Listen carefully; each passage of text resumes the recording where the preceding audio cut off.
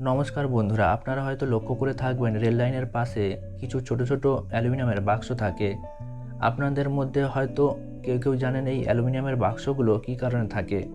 বেশিরভাগ মানুষেরাই জানেন না। আসুন এর কী কারণ সেগুলি জেনে নিই। ট্রেনে সফর করার সময় লাইনের ধারে প্রায়ই একটি করে অ্যালুমিনিয়ামের ছোট ছোট বাক্সের মতো নজরে পড়ে।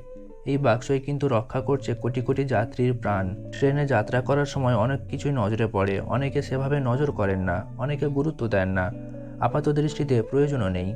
কিন্তু এমন অনেক জিনিস নজরে পড়ে যা কিন্তু সরাসরি যাত্রীদের সুরক্ষার সঙ্গে যুক্ত।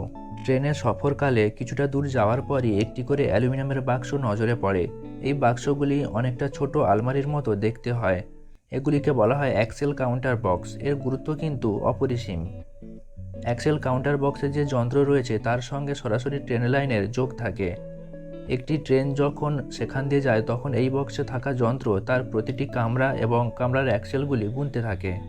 ট্রেন যখন ছেড়েছিল তখন তার যে সংখ্যক অ্যাক্সেল ছিল বা কামরা ছিল তার সঙ্গে যদি এই অ্যাক্সেল কাউন্টার বক্সের গুনতি মিলে যায়, তাহলে সেই তথ্য যেমন বক্সটি তার পরের বক্সকে সরবরাহ করে, তেমনি সংখ্যা না মিললেও সেই তথ্য সামনের অ্যাক্সেল কাউন্টার বক্সকে সরবরাহ করে। পরের অ্যাক্সেল কাউন্টার বক্স থাকে 3 থেকে 4 কিলোমিটার পর। সেখান দিয়ে ফের যখন ট্রেনটি পাস করে তখন সে মিলিয়ে দেখে সংখ্যাটা।